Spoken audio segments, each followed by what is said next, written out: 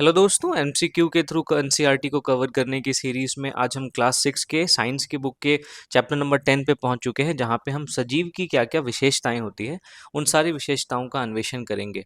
हम ये भी समझेंगे कि पौधे किस प्रकार से गति करते हैं, कुछ जंतुओं में किस तरीके से विकास होता है हम ये भी देखेंगे, जिसमें हम एक तो मच्छर के बारे में बात करेंगे, दूसरा मेंढक के बारे में बात करेंगे कि किस तरीके से मच्छर और मेंढक का विकास होता है और इस प्रोसेस को हम कायांतरण कहते हैं या मेटामॉर्फोसिस कहते हैं। इंग्लिश में हम इसे मेटामॉर्फोसिस कहते हैं और हिंदी में इसको हम कायांतरण कहते हैं। तो इन सारी चीज़ों के बारे में आज मैं आपसे डिस्कस करने वाला हूं, लेकिन ये डिस्कशन हमारा एमसीक्यू के थ्रू होगा और इस डिस्कशन का आपको सबसे बड़ा फायदा ये मिलेगा कि इस चैप्टर में जो बातें नहीं भी है बट वो आपके एग्जाम के पॉइंट ऑफ व्यू से इंपॉर्टेंट है, तो मैं उन बातों को भी आपके साथ डिस्कस करूंगा। तो आई एम योर दोस्त Rahul Sharma and I welcome you all to Rahul Sharma education. सबसे पहला सवाल आज का देखते हैं दोस्तों, जो कि कथन आधारित प्रश्न है। प्रश्न है कि निम्नलिखित में से कौन सा लक्षण सजीवों को असजीवों से पृथक करता है। तो सबसे पहले आपको यहाँ पे ये समझने की जरूरत है कि सजीव और निर्जीव, जिनको हम असजीव भी कहते हैं, तो इसको हम निर्जीव भी कह सकते हैं, इनमें आखिर अंतर क्या होता है। ऐसी कौन कौन सी बातें हैं जो सजीव को निर्जीवों से अलग करती है। इसके लिए आपको ये वाला स्लाइड ध्यान में रखना है। सबसे पहले आप देखेंगे सजीव जो है वो गति करते हैं, निर्जीव गति नहीं करते। सजीव अपने आकार में वृद्धि करते हैं, इनके आकार में स्वतः वृद्धि होती है। निर्जीव में ऐसा कुछ नहीं होता। सजीव श्वसन करते हैं, निर्जीव श्वसन नहीं करते, यानी सांस नहीं लेते। सजीव को पोषण की जरूरत होती है, यानी अपने आप को जिंदा रखने के लिए उन्हें भोजन की जरूरत होती है। निर्जीव को भोजन की जरूरत नहीं होती। सजीव जो भी भोजन करते हैं उसके बाद अपशिष्ट पदार्थों का उत्सर्जन करते हैं, लेकिन निर्जीव में ऐसी कोई प्रक्रिया नहीं होती। सजीवों में हमें उद्दीपन देखने को मिलता है, स्टिम्युलेशन कहते हैं इसको। उद्दीपन क्या है? किसी भी चीज के प्रति जो समस्त सजीव हैं वो एक अनुक्रिया करते हैं। जैसे आप अगर आपके आंखों के सामने कोई चीज आए तो आपकी आंखें अपने आप झपकने लग जाती है, राइट। कुत्तों को अगर आप प्यार करेंगे, दुलार करेंगे, तो उनकी पूंछ अपने आप हिलने लग जाती है। इसको हम उद्दीपन कहते हैं, स्टिमुलेशन कहते हैं। तो सजीवों में उद्दीपन का गुण भी देखने को मिलता है, निर्जीवों में ऐसा कोई भी गुण नहीं होता। और इसके अलावा सजीव का सबसे इंपॉर्टेंट जो क्वालिटी है वो कि ये जनन करता है। जनन करने का मतलब है अपने जैसी संतति को पैदा करना, अपने जैसे नवजातों को पैदा करना। लेकिन निर्जीवों में ऐसी कोई प्रक्रिया हमें देखने को नहीं मिलती है। तो सजीवों के ये 7 लक्षण आपको ध्यान में रखने हैं जो कि निर्जीवों में नहीं पाए जाते हैं। तो अगर हम ऑप्शंस देखें तो ऑप्शन में पहला क्या है? रंग, इसकी मैंने अभी चर्चा नहीं की। आकार, इसकी भी मैंने चर्चा नहीं की। गति, इसकी जरूर चर्चा की कि सजीव अपने आप गति करते हैं। आप देखेंगे बचपन में आप बहुत छोटे होते हैं, बड़े होते हैं तो आपके शरीर का आकार बढ़ता रहता है, आपके शरीर में गति होती है। पौधे भी अलग अलग प्रकार की गति करते हैं। जैसे आप देखेंगे छुई मुई का पौधा है, तो छुई मुई के पौधे को अगर आप टच करेंगे तो ये अपने आप ही मुरझा जाता है। सूरजमुखी का पौधा है, सूरजमुखी का पौधा हमेशा आप देखेंगे सूरज की तरफ उन्मुख रहता है। जिस तरफ सूरज रहेगा ये सूरजमुखी का फूल उसी तरफ जो है घूम जाता है। तो ये अलग अलग प्रकार की गति पौधों में भी पाई जाती है। तो कौन सा लक्षण सजीवों को असजीवों से पृथक करता है? तो हमारा आंसर हो जाएगा ऑप्शन नंबर सी, गति। ठीक है, मैं उम्मीद करता हूं कि सजीव और निर्जीव के बीच जो अंतर है वो आपको समझ में आया होगा। अगले सवाल की तरफ बढ़ते हैं दोस्तों। अगला सवाल है असर्शन रीजन का सवाल है। कथन है कार सड़क पर चल सकती है परंतु वह सजीव नहीं है। बिल्कुल ठीक है। सजीव जो है वो खुद गति करते हैं, कार को गति करवाना पड़ता है, इसमें पेट्रोल डालना पड़ता है, इसमें डीजल डालना पड़ता है ना। अगर नहीं तो फिर इसको पुश भी करना पड़ता है तभी चलेगी, ये अपने अपने आप गति नहीं करती है। कार सड़क पर चल सकती है परंतु वह सजीव नहीं है, सही है, क्योंकि कार अपनी स्वयं की वृद्धि, श्वसन और प्रजनन नहीं कर सकती। ये कारण भी बिल्कुल ठीक है। तो चूंकि कार अपनी स्वयं की वृद्धि और श्वसन और प्रजनन नहीं कर सकती, कार सड़क पर चल सकती है लेकिन वह सजीव नहीं है। क्यों नहीं सजीव है? क्योंकि कार की स्वयं की वृद्धि नहीं होती, कार श्वसन नहीं करती, कार प्रजनन नहीं कर सकती। तो कथन और कारण दोनों ठीक है, और जो कारण है वो कथन की अच्छे तरीके से व्याख्या भी कर रहा है। तो आपका ऑप्शन नंबर ए जो है वो सही जवाब हो जाएगा। अगले सवाल की तरफ बढ़ते हैं। अगला सवाल, इसमें सजीव की कौन कौन सी मूल विशेषताएं हैं, इसके बारे में 3-4 बातें यहाँ पे लिखी है, आपको चुनना है कि कौन कौन सी मूल विशेषताएं हैं। सजीव श्वसन करते हैं, बिल्कुल करते हैं, मैंने आपको बताया। सजीव उत्सर्जन करते हैं, मैंने आपको बताया कि सजीव जब भोजन ग्रहण करते हैं तो भोजन को ग्रहण करने के बाद जो अपशिष्ट पदार्थ बचे रह जाते हैं हमारे शरीर में, उन अपशिष्ट पदार्थों को शरीर से बाहर निकाल दिया जाता है, जिसे हम उत्सर्जन कहते हैं। तो सजीव जो है वो उत्सर्जन भी करते हैं। सजीव प्रजनन भी करते हैं, जो कि सजीवों का सर्व प्रमुख गुण है, और सजीवों की मृत्यु भी होती है। मृत्यु क्या है?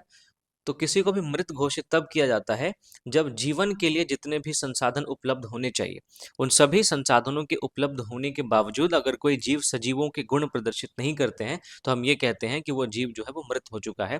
तो इसका मतलब है कि सजीव में ये चारों विशेषताएं पाई जाती है। तो आपका सही विकल्प क्या हो जाएगा? Option number D. ठीक है, आगे बढ़ते हैं। अगला सवाल अनुप्रयोग आधारित प्रश्न है। सवाल है कि यदि मिट्टी में अत्यधिक जल डाला जाए तो बीज अंकुरण क्यों बाधित हो जाएगा? अब यहाँ पे आपको बीज का अंकुरण समझने की जरूरत है। सबसे पहले आपको समझना है कि बीज अंकुरण के लिए आवश्यक तत्व कौन कौन से हैं। तो सबसे पहला जो आवश्यक तत्व बीज अंकुरण के लिए है वो है जल। जल क्या करता है? ये बीज आवरण को मुलायम करता है और जल बीजों के वृद्धि में सहायक होता है। ठीक है, फिर दूसरी चीज जो बीज अंकुरण के लिए जरूरी है वो है वायु और मिट्टी। वायु क्या करता है? अंकुरण में सहायक होता है, क्योंकि वायु से जो है पौधे अपना कार्बन डाइऑक्साइड ले लेते हैं। मिट्टी क्या करता है? मिट्टी जड़ों के फैलने में सहायक होता है। साथ ही साथ मिट्टी के जो कण होते हैं उन कणों के बीच में वायु को जगह मिलती है, जिसका इस्तेमाल पौधे करते हैं। तो बीज अंकुरण के लिए आवश्यक तत्वों में जल, वायु और मिट्टी, ये तीन आपको ध्यान में रखने हैं। एक और जरूरी तत्व है प्रकाश, लेकिन प्रकाश सीधे सीधे अंकुरण के लिए जरूरी नहीं है। एक बार जब बीज अंकुरित हो जाए तो उसके बाद उस बीज की वृद्धि के लिए प्रकाश जो है वो जरूरी होता है। तो प्रकाश जो है वो बीज अंकुरण के लिए आवश्यक तत्व तो नहीं है, आपको ध्यान में रखना है। प्रकाश बीज अंकुरण के बाद की चीज है। लेकिन कुछ ऐसे भी पौधे होते हैं दोस्तों जिनको अंकुरण के लिए प्रकाश की जरूरत होती है। मैंने आपको बताया कि सभी बीजों में अंकुरण के लिए प्रकाश की जरूरत नहीं होती। बीज अंकुरण होने के पश्चात वृद्धि के लिए प्रकाश की जरूरत होती है। लेकिन कुछ ऐसे पौधे भी हैं जिनको कि बीज अंकुरण के लिए प्रकाश की जरूरत होती है। जैसे आप कॉलियस का पौधा देखेंगे, पिटूनिया का पौधा देखेंगे। साथ ही साथ कुछ ऐसे भी बीज हैं जिनको अंकुरण के लिए अंधकार की जरूरत होती है, यानी कि उनको प्रकाश बिल्कुल भी नहीं चाहिए। जैसे कैलेंडुला है, जीनिया है, ये सारे पौधे ऐसे हैं जिनको अंकुरण के लिए अंधकार की जरूरत होती है। तो बीज अंकुरण के लिए जल का क्या काम है? ये कि ये बीज आवरण को मुलायम करता है। जब बीज आवरण यानी कि ये बीज का बाह्य आवरण जो है अगर वो मुलायम होता है तो बीज के अंदर से जो जो पौधे होते हैं वो पौधे आसानी से बीज को फाड़ के बाहर निकल पाते हैं। ठीक है, तो ये बीज अंकुरण के लिए आवश्यक तत्वों के बारे में मैंने आपको बताया। तो जब हम मिट्टी में अत्यधिक जल डालते हैं तो बीज अंकुरण पे क्या असर पड़ेगा? अब जरा सोचिए। बीज को वायु नहीं मिल पाएगी। जब बहुत ज्यादा हम बीज में पानी डाल देंगे तो वायु से उसका संपर्क टूट जाता है, और वायु मैंने आपको बताया है कि बीज अंकुरण के लिए एक आवश्यक तत्व है। ठीक है, सूर्य का प्रकाश अवरुद्ध हो जाएगा। तो मैंने आपको बताया कि बीज अंकुरण के लिए सूर्य का प्रकाश डायरेक्टली रिस्पॉन्सिबल नहीं होता है, इसको डायरेक्टली नहीं चाहिए होता है सूर्य का प्रकाश। लेकिन एक बार जब बीज अंकुरित हो जाए तो उस बीज के से की वृद्धि के लिए सूर्य का प्रकाश जरूरी है। तो बीज को वायु नहीं मिल पाएगी, ये तो ठीक है। सूर्य का प्रकाश, इससे कोई असर नहीं पड़ेगा। बीज कठोर हो जाएगा नहीं, मैंने आपको बताया जल जो है वो बीजावरण को मुलायम करता है, ना कि कठोर करता है। और बीज की नमी कम हो जाएगी। ये ऑप्शन भी गलत है। ऑप्शन नंबर ए आपका सही जवाब हो जाएगा कि बीज को वायु नहीं मिल पाएगी। ठीक है, मैं उम्मीद करता हूं आपको समझ आ रहा होगा। अगले सवाल की तरफ बढ़ते हैं दोस्तों। अगला सवाल भी असर्शन रीजन का सवाल है। कथन है कि पौधे भी श्वसन करते हैं। बिल्कुल सही है, क्योंकि उनके पत्तियों पर रंध्र होते हैं जिनसे गैसों का आदान प्रदान होता है। देखिए, मैंने आपको बताया कि पौधे सजीव का उदाहरण है और श्वसन सजीव का एक प्रमुख लक्षण है। अब पौधे श्वसन किस तरीके से करते हैं? अगर आप देखें तो पौधे की जो पत्तियां होती है, इन पत्तियों में छोटे छोटे रंध्र होते हैं जिनको हम क्या कहते हैं? स्टोमाटा कहते हैं। इन स्टोमाटा के थ्रू पौधे श्वसन करते हैं। साथ ही साथ ये इवेपोट्रांसपिरेशन भी करते हैं। इवेपोट्रांसपिरेशन क्या होता है? इसमें आप देखिए इवेपोरेशन भी होता है और ट्रांसपिरेशन भी होता है, यानी कि पौधे सांस भी लेते हैं और वाटर वेपर को इसी स्टोमाटा के थ्रू रिलीज भी करते हैं। ठीक है, तो उन पत्तियों पर जो रंध्र होते हैं उन्हीं से गैसों का आदान प्रदान होता है। पौधे श्वसन करते हैं। तो कथन भी सही है, कारण भी सही है, और जो कारण है वो कथन की सही तरीके से व्याख्या भी कर रहा है। तो आपका ऑप्शन नंबर ए जो है वो सही जवाब हो जाएगा। बढ़ते हैं अगले सवाल की तरफ। अगला सवाल है बीज अंकुरण के लिए आवश्यक कारक कौन कौन से हैं? जल है, वायु है, सूर्य का प्रकाश है और उचित तापमान है। तो सूर्य का प्रकाश को तो आपको ध्यान में रखना है कि ये बीज अंकुरण के लिए आवश्यक तत्व नहीं है। जल बिल्कुल है, वायु बिल्कुल है, और किसी भी बीज को उचित तापमान चाहिए तभी वो अंकुरित हो पाता है। तो 1, 2 और 4, ये जो आपका है वो सही जवाब है। अगर आप 3 को एलिमिनेट भी कर देते तो भी आप जो 50-50 पे पहुंच जाते ऑप्शन ए और ऑप्शन बी में। तो उचित तापमान भी बीज अंकुरण के लिए एक आवश्यक तत्व है, इसलिए हमारा जो आंसर है वो हो जाएगा ऑप्शन नंबर बी। अगले सवाल की तरफ बढ़ते हैं। अगला सवाल मैचिंग का है। सवाल है, एक तरफ है जो पौधे का नाम है और वो किस प्रकार का पौधा है उससे मिलान करना है। तो जो ड्रोसेरा है दोस्तों, ड्रोसेरा एक कीट भक्षी पौधा है। इसको हम कहते हैं इंसेक्टिवोरस प्लांट। कीट भक्षी पौधा ऐसे पौधे होते हैं जो कि कुछ कीटों को खाते हैं। यानी ये उत्पादक तो होते ही हैं, सभी पौधे क्या है, प्रोड्यूसर्स हैं। ये प्रोड्यूसर्स होने के अलावा ये ऐसी जगह पे उगते हैं जहाँ की मिट्टी में नाइट्रोजन की कमी होती है, न्यूट्रिएंट्स की कमी होती है, स्पेशली नाइट्रोजन की। तो नाइट्रोजन की कमी को पूरा करने के लिए कुछ पौधे कीटों का भक्षण करते हैं और ऐसे पौधों को हम कीट भक्षी कहते हैं। और ड्रोसेरा भी उसी कीट भक्षी पौधे का एक उदाहरण है। तो ए का हो जाएगा 1। छुई मुई स्पर्श प्रतिक्रिया देता है। मैंने बताया आपको कि इसको हम उद्दीपन कहते हैं या स्टिम्युलेशन कहते हैं। मैं इंग्लिश का टर्म इसलिए बता रहा हूँ ताकि एग्जाम में क्या होता है, कभी कभी हिंदी ट्रांसलेशन में आपको अजीब सा टर्म देखने को मिल जाता है। तो अगर आपको इंग्लिश का टर्म भी पता होगा तो आप आसानी से सवाल को सॉल्व कर पाएंगे। ठीक है, छुई मुई में स्पर्श प्रतिक्रिया होती है, बिल्कुल होती है। मच्छर में कायांतरण होता है, इसके बारे में हम आगे बात करेंगे अभी। और मेंढक में जो है वो जलीय से स्थलीय जीवन में ये बदलता है। तो आपका जो ए का 1 हो जाएगा। एक बार फिर से मैं इसको इरेज करके आपको बता दूं किसका क्या हो जाएगा।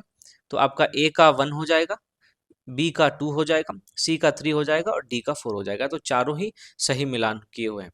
अब जरा हम मेंढक और मच्छर में कायांतरण की बात करते हैं। तो मच्छर में कायांतरण, जिसको हम मेटामॉर्फोसिस कहते हैं, इसके 4 स्टेज होते हैं, 4 अवस्थाएं होती है। सबसे पहले तो अंडा होता है। ये अंडा धीरे धीरे लार्वा में चेंज होता है। फिर इस लार्वा से प्यूपा बनता है और प्यूपा से हमें एक वयस्क मच्छर देखने को मिलता है। अगर आप आकार की बात करें तो इन चारों के आकार में हमें बिल्कुल विभिन्नता देखने को मिलती है। अंडा जिस आकार का होता है उससे बिल्कुल अलग होता है लार्वा, लार्वा से बिल्कुल अलग होता है प्यूपा और प्यूपा से बिल्कुल अलग होता है वयस्क मच्छर। इसलिए हम इसको कायांतरण कहते हैं। ठीक है, इसी तरीके से हमें मेंढक में भी कायांतरण देखने को मिलता है। मेंढक की अगर हम बात करें तो इसमें भी सबसे पहले एक अंडा आता है। अंडे के बाद आप देखेंगे इस अंडा जो है वो टैडपोल में विकसित हो जाता है। अब ये जो टैडपोल है, ये टैडपोल काफी ज्यादा इंपॉर्टेंट है क्योंकि टैडपोल में भी 2 अवस्थाएं होती है। पहले अवस्था में केवल तैरने के लिए इनकी पूंछ होती है, लेकिन फिर थोड़े टाइम के बाद टैडपोल में हमें आगे के पैर भी देखने को मिलते हैं। और टैडपोल में आप देखेंगे गलफड़े भी पाए जाते हैं जिसके माध्यम से मेंढक जो है वो पानी में सांस ले पाते हैं। ठीक है, उसके बाद हम टैडपोल को मंडूकक में कन्वर्ट होते देखते हैं जिसको हम फ्रॉगलेट कहते हैं। और इस फ्रॉगलेट के बाद जो हमें वयस्क मेंढक को पाते हैं। तो वयस्क मेंढक जो होता है वो एक एम्फीबियन है, एक उभयचर प्राणी है। उभयचर प्राणी ऐसे प्राणी होते हैं जो स्थल और जल दोनों में जिंदा रह सकते हैं। तो मेंढक पहले अंडे से वयस्क मेंढक तक का पूरा सफर तय करता है और इसमें 4 अवस्थाएं हमें देखने को मिलती है, जिसमें टैडपोल है, मंडूकक है और फिर वयस्क मेंढक है। तो मेंढक में भी मेटामॉर्फोसिस हमें देखने को मिलता है, कायांतरण देखने को मिलता है। ठीक है, तो मैं उम्मीद करता हूँ इस प्रश्न के साथ मैंने जो ये आपको बातें बताई हैं ये आपको समझ में आई होंगी। आगे बढ़ते हैं दोस्तों। और हाँ, मच्छर का जो जीवन काल होता है आप देख सकते हैं ये मैक्सिमम 10 से 15 दिनों तक जिंदा रह सकता है। ये चीज आपको ध्यान में रखनी है। ठीक है, आगे बढ़ते हैं। अगला सवाल असर्शन रीजन का सवाल है। कथन है कि छुई मुई की पत्तियां छूने पर सिकुड़ जाती है। मैंने आपको बताया कि पौधों में भी उद्दीपन होता है, सजीवों में उद्दीपन होता है और पौधे भी सजीव हैं तो उनमें भी उद्दीपन होता है, हालांकि सभी पौधों में नहीं होता। ये आपको ध्यान में रखना है। तो छुई मुई की पत्तियां छूने पर सिकुड़ जाती हैं, सही बात है, क्योंकि पौधे भी उत्तेजना के प्रति प्रतिक्रिया करते हैं। तो आपको पढ़ के पता लग रहा होगा कि जब आपने कथन के बाद कारण से पहले क्योंकि लगाया तो कारण जो है वो कथन की सही तरीके से व्याख्या कर पा रहा है। तो ऑप्शन नंबर जो ए है वो आपका सही हो जाएगा कि ए और आर दोनों सही हैं और कथन जो कारण है वो कथन के सही तरीके से व्याख्या भी कर रहा है। अब यहाँ पे पौधों के द्वारा जो उत्तेजना के प्रति प्रतिक्रिया या अनुक्रिया व्यक्त की जाती है, यहाँ उसके बारे में जगदीश चंद्र बसु ने बहुत ज्यादा खोज की। और जगदीश चंद्र बसु के बारे में यहाँ पे थोड़ा सा जानना हमारे लिए बहुत जरूरी हो जाता है।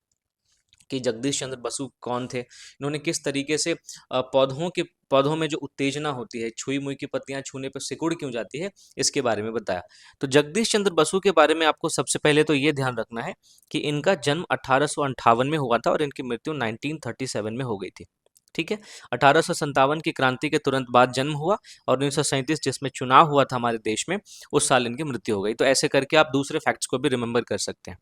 इन्होंने पौधों की उत्तेजना को दिखाने के लिए एक मशीन का आविष्कार किया जिसको हम क्रेस्कोग्राफ कहते हैं। इस क्रेस्कोग्राफ मशीन के माध्यम से इन्होंने ये दर्शाया कि पौधे गुरुत्वाकर्षण के प्रति, पौधे ताप के प्रति, पौधे विद्युत के प्रति, इन सब के प्रति एक अनुक्रिया करते हैं। तो इस मशीन के माध्यम से उन्होंने पौधों में होने वाले उद्दीपन को बताया था। तो ये चीज आपको ध्यान में रखनी है। अगले सवाल की तरफ बढ़ते हैं। अगला सवाल है, निम्न में से कौन सा पौधों में गति का उदाहरण नहीं है? तो मैंने आपको बताया कि पौधे अलग अलग प्रकार से गति करते हैं। आप देखेंगे कुछ ऐसे पौधे होते हैं जो बेलों के सहारे ऊपर की तरफ चढ़ते हैं, तो वो भी पौधों की एक गति है। ठीक है, आपसे क्या पूछा गया? गति का उदाहरण नहीं है। सवाल को बिल्कुल ध्यान से पढ़ना है। तो पहला तो गति है, फूल का खिलना, फूल एक बीज से, एक कली से जो है वो एक बड़े फूल में कन्वर्ट होता है, तो वो भी पौधों में गति का उदाहरण है। पत्तियों का झड़ना, बिल्कुल ये भी एक गति का उदाहरण है। और कार का चलना, ये गति का उदाहरण नहीं है। तो ये बहुत सिंपल सा सवाल था कि पौधों में गति होती है, तो कार का चलना पौधों में गति का उदाहरण नहीं है। ऑप्शन नंबर डी आपका सही जवाब हो जाएगा। अगले सवाल की तरफ बढ़ते हैं दोस्तों। अगला सवाल है, बीज अंकुरण में जल का क्या कार्य है? तो जब मैंने आपको बीज अंकुरण के लिए आवश्यक तत्वों के बारे में बताया था, वहां पे मैंने आपको जल की भूमिका बताई थी। मैंने क्या बताया था? जल जो है वो बीजावरण को मुलायम करता है। अब इस जल के द्वारा बीजावरण को मुलायम करने के कारण, माफ कीजिएगा, जल को मुलायम करने के कारण कई सारी चीजें जो है वो हमें देखने को मिलती है। बीजावरण के जो है जल उसको मुलायम करेगा, तो मुलायम करने के बाद जो भ्रूण है, या फिर ये कह सकते हैं जो छोटा पौधा है, वो आसानी से बीज को फाड़ के बाहर आ पाएगा और फिर पौधे की वृद्धि हो सकेगी। तो बीज अंकुरण में जल का क्या काम है? बीजावरण को मुलायम करना। ठीक है, उसके बाद भ्रूण की वृद्धि प्रारंभ करना। ये भी, जब बीजावरण मुलायम होगा तो भ्रूण की वृद्धि प्रारंभ हो जाएगी। तो ये भी ठीक है। मेटाबॉलिज्म क्रियाएं चालू करना, चयापचयी क्रियाएं चालू करना। और ऑप्शन डी सभी। तो आप ये कह सकते हैं कि जैसे ही बीज अंकुरण से भ्रूण या पौधा बाहर आएगा, उसमें वृद्धि होगी, तो उसमें मेटाबॉलिज्म क्रियाएं चालू हो जाएंगी। तो उपयुक्त सभी आपका सही जवाब हो जाएगा, है ना। ऑप्शन नंबर डी जो है आपका सही जवाब हो जाएगा। आगे बढ़ते हैं दोस्तों। अगला सवाल है, निम्न में से कौन सी बातें सभी सजीवों में पाई जाती है? ध्यान से पढ़िएगा। पहला है भोजन की आवश्यकता। मैंने आपको जब सजीवों के गुण के बारे में बताया था, तो वहां पे मैंने आपको बताया था कि सजीवों को पोषण की जरूरत होती है। ठीक है, तो पहला तो सही है। उत्तेजना के प्रति प्रतिक्रिया, जिसको हम क्या कहते हैं? उद्दीपन कहते हैं। ये भी हमें लगभग सभी सजीवों में देखने को मिलती है। सजीव प्रजनन करते हैं और सजीव उत्सर्जन करते हैं, तो चारों ही बातें सजीवों में पाई जाती है। तो ऑप्शन नंबर डी जो है वो आपका सही जवाब हो जाएगा। अगला सवाल है, असर्शन रीजन का सवाल है। मच्छरों की संख्या नियंत्रित करने के लिए पानी पर मिट्टी का तेल डाला जाता है, क्योंकि मिट्टी का तेल पानी की सतह पर परत बनाकर लार्वा और प्यूपा को श्वसन करने से वंचित कर देता है। देखिए, जो लार्वा और प्यूपा मच्छर के विकास की प्रक्रिया में अलग अलग चरण में होते हैं, इनको श्वसन करने की जरूरत होती है। तो मच्छरों की संख्या आप देखेंगे सबसे ज्यादा पानी के ऊपर, जहां पे भी गंदे पानी है वहां उसके ऊपर मच्छरों की संख्या आपको सबसे ज्यादा देखने को मिलती है। तो किसी भी गंदे पानी के ऊपर मिट्टी का जब तेल छिड़का जाता है, तो चूंकि मिट्टी का तेल और पानी के घनत्व में अंतर होता है, तो घनत्व में अंतर होने के कारण अगर ये पानी है, तो इसके ऊपर जो मिट्टी का तेल है वो एक परत बना लेता है। ठीक है, ब्लू कलर से आप मिट्टी का तेल समझ सकते हैं।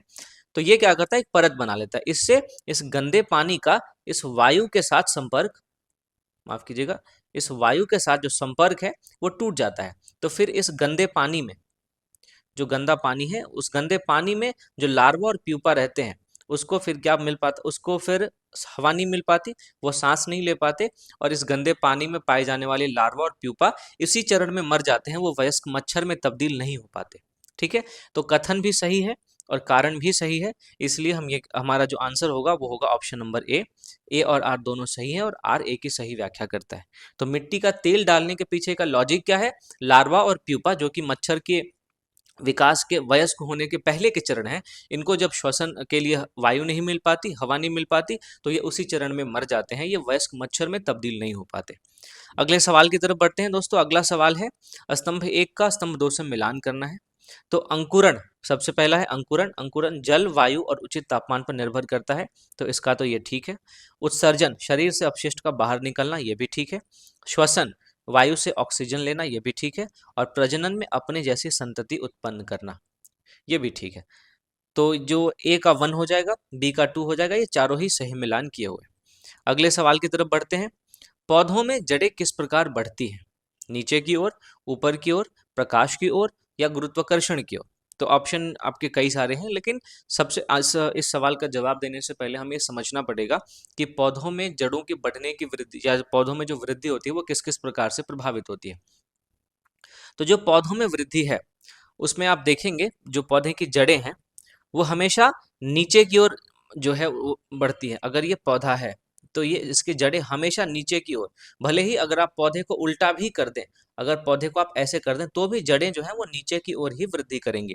तो पौधे हमेशा नीचे की ओर वृद्धि करती हैं, ऊपर की ओर नहीं करती। प्रकाश की ओर जो है वो पौधे की शाखाएं वृद्धि करती है, ना कि जड़।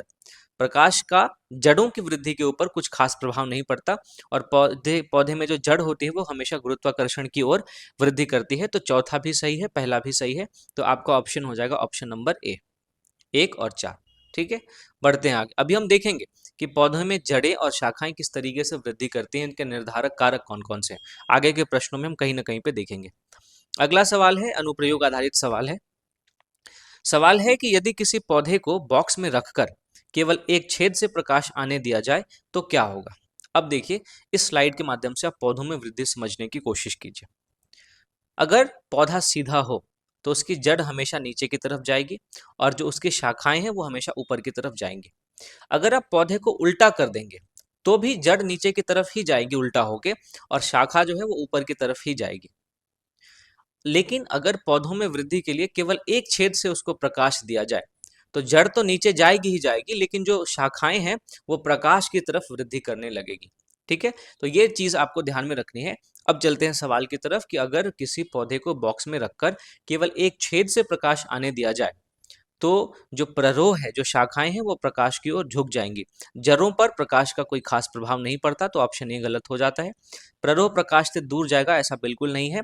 प्ररोह प्रकाश की ओर झुकेगा, ये सही है। और पौधा अंकुरित नहीं होगा, अंकुरित होने का प्रकाश से सीधा सीधा कोई भी संबंध नहीं है। आपको ध्यान में होना चाहिए, मैंने थोड़ी देर पहले आपको बताया था। तो ऑप्शन नंबर बी आपका जो है वो सही जवाब हो जाएगा। अगले सवाल की तरफ बढ़ते हैं दोस्तों। अगला सवाल असर्शन रीजन का सवाल है। पौधों को सूर्य का प्रकाश वृद्धि के लिए आवश्यक है, मैंने आपको बताया है अभी थोड़ी देर पहले, तो ये सही है, क्योंकि प्रकाश संश्लेषण के लिए सूर्य का प्रकाश आवश्यक है। तो पौधों को अपना भोजन प्रकाश संश्लेषण, जिसको हम फोटोसिंथेसिस कहते हैं, इस प्रक्रिया के थ्रू मिलता है। तो प्रकाश संश्लेषण से जब पौधों को भोजन मिलता है तो उसी भोजन से वो ऊर्जा ग्रहण करते हैं और अपनी वृद्धि करते हैं। तो कारण भी सही है, कथन भी सही है, और जो कारण है वो कथन की सही तरीके से व्याख्या भी कर रहा है। तो ऑप्शन नंबर ए जो है वो आपका सही जवाब हो जाएगा।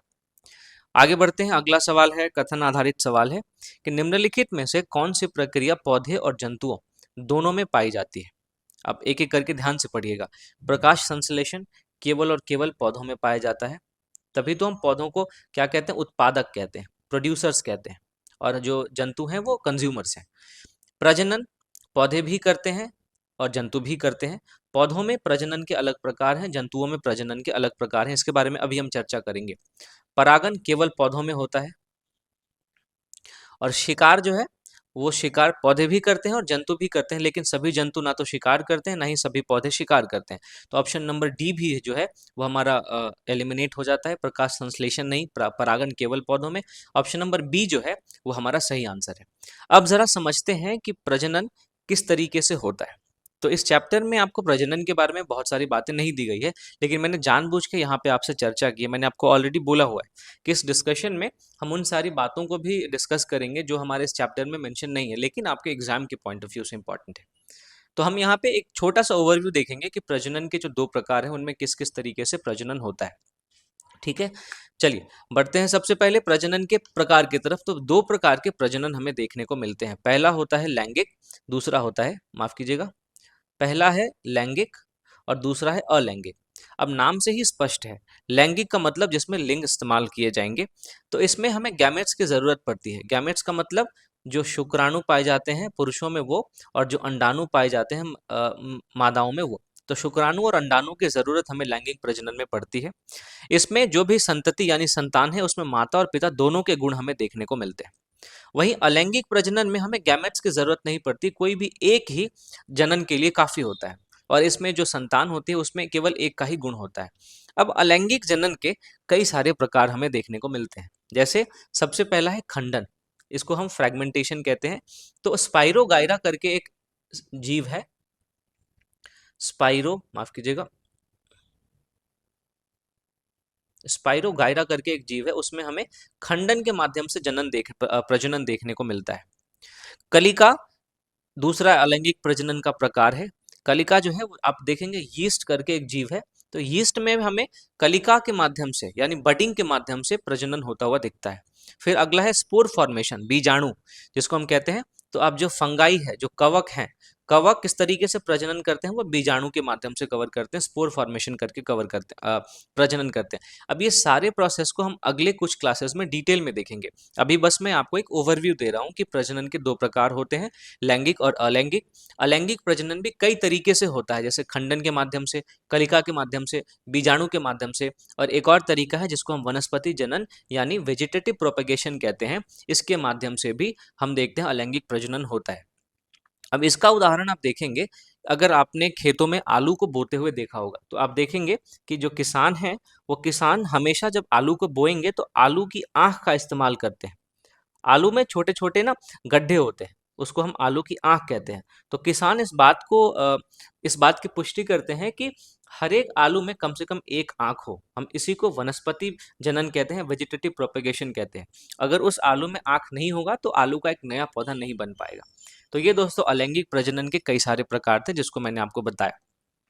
लैंगिक प्रजनन के बारे में एक बात और आपको ये ध्यान में रखनी है कि लैंगिक प्रजनन जो है वो जटिल जीवों में होता है, और अलैंगिक प्रजनन जो है वो आपको सरल जीवों में देखने को मिलेगा।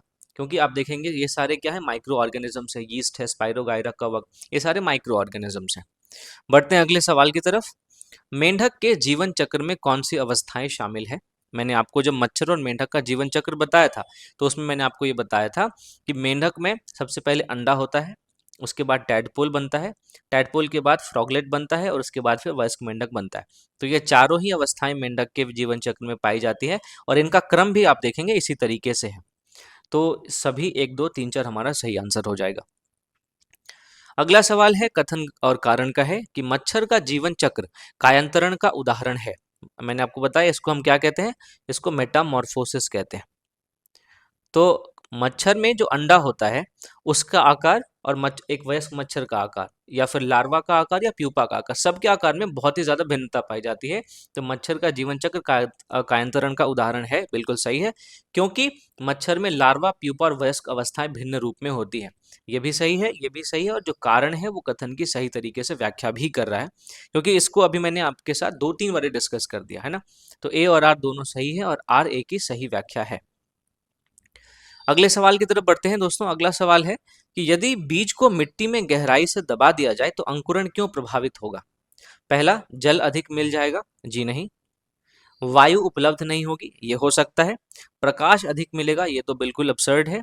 तापमान बढ़ जाएगा, ऐसा कुछ भी नहीं होगा। ठीक है, तो वायु उपलब्ध नहीं होने के कारण जो बीज का अंकुरण है वो प्रभावित होगा, और वायु जो है वो बीज के अंकुरण के लिए एक आवश्यक तत्व है। मैंने आपको बीज का जब अंकुरण बताया था तो वहां पे बताया था। ठीक है, तो ऑप्शन नंबर बी आपका सही जवाब हो जाएगा। अगले सवाल की तरफ बढ़ते हैं। अगला सवाल है दोस्तों कि सजीवों की कौन सी विशेषताएं जीवन की निरंतरता से जुड़ी है? अब जीवन की निरंतरता को बनाए रखने के लिए सजीवों में एक प्रक्रिया पाई जाती है, हम जिसको क्या कहते हैं, प्रजनन। तो अपने जैसे नवजातों को जन्म देने की प्रक्रिया ही प्रजनन है, और इसके माध्यम से सजीव अपने जीवन की निरंतरता को बनाए रखते हैं। तो कौन सी विशेषताएं जीवन की निरंतरता से जुड़ी है? तो सजीव वृद्धि करते हैं, बिल्कुल सही बात है। प्रजनन करते हैं, यह भी ठीक है। सजीवों की मृत्यु होती है, जीवन चक्र में आपको ध्यान में रखना है मृत्यु भी शामिल है। और सजीव उत्तेजना के प्रति प्रतिक्रिया करते हैं। तो आप देखेंगे कि ये चारों ही जो विशेषताएं हैं वो सजीव में जीवन की निरंतरता से जुड़ी हुई है, इसलिए आपका जो आंसर है वो हो जाएगा ऑप्शन नंबर डी। अगला सवाल देखते हैं दोस्तों। अगला सवाल है, टैडपोल जलीय वातावरण में रहता है। ठीक है, सही है ये, क्योंकि उसमें गलफड़े होते हैं। ये भी ठीक है। मैंने आपको बताया था कि जब अंडा टैडपोल में कन्वर्ट होता है तो हमें टैडपोल में कई सारी चीजें देखने को मिलती है। सबसे पहले तो उसमें एक पूंछ होती है। शुरुआती स्तर में उसमें कोई पैर नहीं होते, लेकिन अगले कुछ दिनों में टैडपोल में पैर भी विकसित हो जाते हैं। और फिर टैडपोल में हमें गिल्स भी देखने को मिलते हैं, गलफड़े देखने को मिलते हैं, जिसके माध्यम से जो टैडपोल है वो जल के अंदर सांस ले पाते हैं। तो टैडपोल जलीय वातावरण में रहता है क्योंकि उसके गलफड़े होते हैं। तो कथन भी सही है और कारण भी सही है, तो ऑप्शन नंबर ए आपका सही जवाब हो जाएगा कि ए और आर दोनों सही है और आर ए की सही व्याख्या है।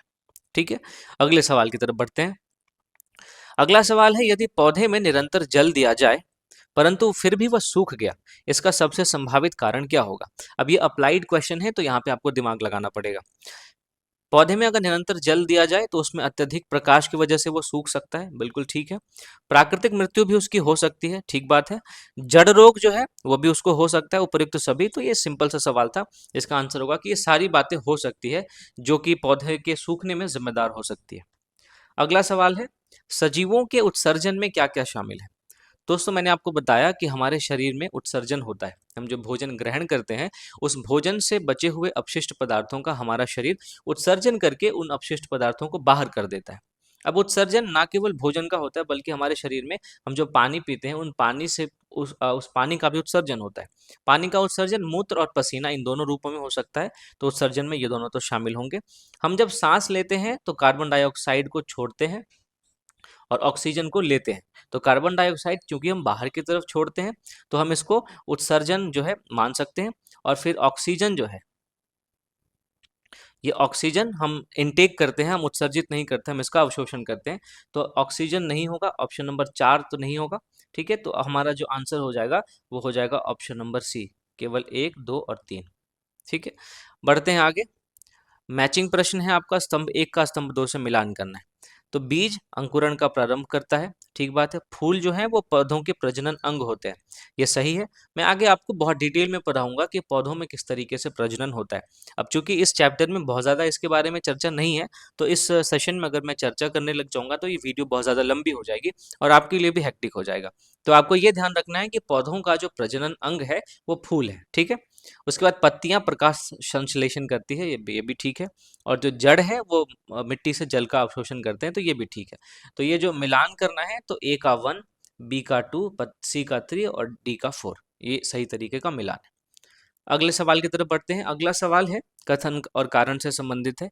सभी सजीव अंततः मर जाते हैं, यह सही है, क्योंकि जीवन की सभी क्रियाएं समय के साथ समाप्त हो जाती है। तो अगर आप सजीवों का जीवन चक्र देखेंगे तो जन्म से लेके मृत्यु होती है और मृत्यु के बाद फिर से जब अगला जो सजीव जन्म लेता है तो ये प्रक्रिया ऐसे चलती रहती है। तो सभी सजीव अंततः मर जाते हैं, बिल्कुल ठीक है, क्योंकि सभी सजीवों में जीवन की जितनी भी क्रियाएं हैं वो समय के साथ समाप्त हो जाती है। तो ए ऑप्शन जो है वो आपका सही जवाब हो जाएगा, क्योंकि कारण कथन की अच्छे तरीके से व्याख्या भी कर रहा है। अगला सवाल है, निम्न में से कौन सी घटना पौधों में गति का उदाहरण है? मैंने आपको शुरुआत में बताया था कि पौधे कई प्रकार से गति करते हैं। सूर्य की ओर झुकना, ये मैंने आपको सूरजमुखी के फूल का एग्जाम्पल दिया था कि जिस तरफ सूरज का प्रकाश होता है उसी तरफ सूरजमुखी का फूल जो है वो मुड़ जाता है, तो ये भी एक प्रकार की गति का उदाहरण है। मिट्टी में जड़ का जाना, ये भी ठीक है, जड़ जो है वो नीचे नीचे की तरफ वृद्धि करती है, ये भी ठीक है, ये भी ठीक है। फूल का बंद होना, ये भी ठीक है। उपर्युक्त सभी, तो जो हमारा सबसे सही ऑप्शन है वो ऑप्शन नंबर डी है, उपर्युक्त सभी। ये सभी पौधों में गति के उदाहरण हैं। अगला सवाल है, कौन सी अवस्थाएं केवल मच्छर के जीवन चक्र में पाई जाती है, मेंढक में नहीं पाई जाती? एक एक करके देखते हैं। अंडा, अंडा जो है वो मच्छर और मेंढक दोनों में पाया जाता है, तो ये तो हमारा नहीं होगा। पूछा क्या गया है, केवल मच्छर के जीवन चक्र में पाई जाती है, तो अंडा जो है वो मेंढक मच्छर दोनों में है। लार्वा केवल मच्छर में है, तो ये हो सकता, ये होगा। प्यूपा भी केवल मच्छर में पाया जाता है, ये होगा। वयस्क मच्छर और मेंढक दोनों में पाया जाता है, तो ये नहीं होगा। तो ऑप्शन नंबर 2 और 3 ही हमारा सही जवाब है, जो कि हमारा है ऑप्शन नंबर ए। ठीक है, अगले सवाल की तरफ बढ़ते हैं दोस्तों। अगला सवाल है, यदि पौधे को उल्टा कर दिया जाए तो क्या होगा? अब मैंने जब बताया था आपको कि पौधे को उल्टा आप कर देंगे तो जड़ जो है वो उल्टा होकर नीचे की तरफ जाएगी और जो शाखाएं हैं या प्ररोह है वो शाखा ऊपर की तरफ ही जाएगी। तो जड़ ऊपर की ओर जाएगी नहीं, जड़ नीचे की ओर मुड़ जाएगी बिल्कुल, प्ररोह नीचे की ओर बढ़ेगा नहीं, शाखाएं हमेशा ऊपर की तरफ वृद्धि करेंगी और अंकुरन रुक जाएगा, ऐसा कुछ नहीं होता है। तो जड़ नीचे की ओर मुड़ जाएगी, ऑप्शन नंबर बी आपका सही जवाब है। अगला सवाल है, पौधे और जंतु दोनों अपने जीवन चक्र से गुजरते हैं, ये सही है, क्योंकि जीवन चक्र जीवन की निरंतरता बनाए रखने का माध्यम है। तो जीवन चक्र से जीवन की निरंतरता बनी रहती है, जीवन से मृत्यु तक का सफर पौधे और जंतु दोनों ही तय करते हैं, तो दोनों ही अपने जीवन चक्र से गुजरते हैं। तो कारण भी सही है और कथन भी सही है, और कारण कथन की अच्छे तरीके से व्याख्या भी कर रहा है। तो ऑप्शन नंबर ए आपका सही जवाब हो जाएगा। तो दोस्तों इन 30 प्रश्नों के माध्यम से हमने इस चैप्टर में जितने भी इंपॉर्टेंट कॉन्सेप्ट्स थे उन सबको मैंने आपके साथ डिस्कस किया। मैंने ज़रूरत से ज़्यादा इन्फॉर्मेशन भी आपको प्रोवाइड करवाई, क्योंकि ये आपके एग्जाम के पॉइंट ऑफ व्यू से बहुत इंपॉर्टेंट है। अब जाने से पहले दोस्तों, अगर आपको इस सेशन का पीडीएफ चाहिए तो आप मेरे टेलीग्राम चैनल को ज्वाइन कर सकते हैं। साथ ही साथ दोस्तों, मेरे चैनल पे आपको लक्ष्मीकांत की पूरी प्लेलिस्ट मिल सकती है। मेरे चैनल पे आपको एनसीईआरटी की जो है वो 6 to 12 की सीरीज़ है, उसमें आप अलग अलग सब्जेक्ट के चैप्टर्स बुक को कवर कर सकते हैं बिल्कुल फ्री ऑफ कॉस्ट। तो लक्ष्मीकांत को मैंने जिस कॉम्प्रिहेंसिव तरीके से कवर किया, आपको कहीं पे भी ये और देखने को नहीं मिलेगा, और ये सब बिल्कुल फ्री ऑफ कॉस्ट है। तो मैं आपसे ये गुजारिश करता हूँ कि जाने से पहले आप लाइक, शेयर और सब्सक्राइब ज़रूर करें, और मेरे चैनल पे जितने दूसरे प्लेलिस्ट हैं उसको भी विजिट करें, और उस पर रिएक्शन दें कि आपको कैसा लगा, आप और मेरे से क्या चाहते हैं, ये भी आप मुझे कमेंट करके बता सकते हैं। तो आपको टेलीग्राम मेरा चैनल ज्वाइन कर लेना है, जिसका लिंक आपको डिस्क्रिप्शन में मिल जाएगा, जहाँ पे आपको इस सेशन का पीडीएफ मिल जाएगा। तो बाकी मिलते हैं अगले वीडियो में, तब तक के लिए दोस्तों थैंक यू फॉर वॉचिंग।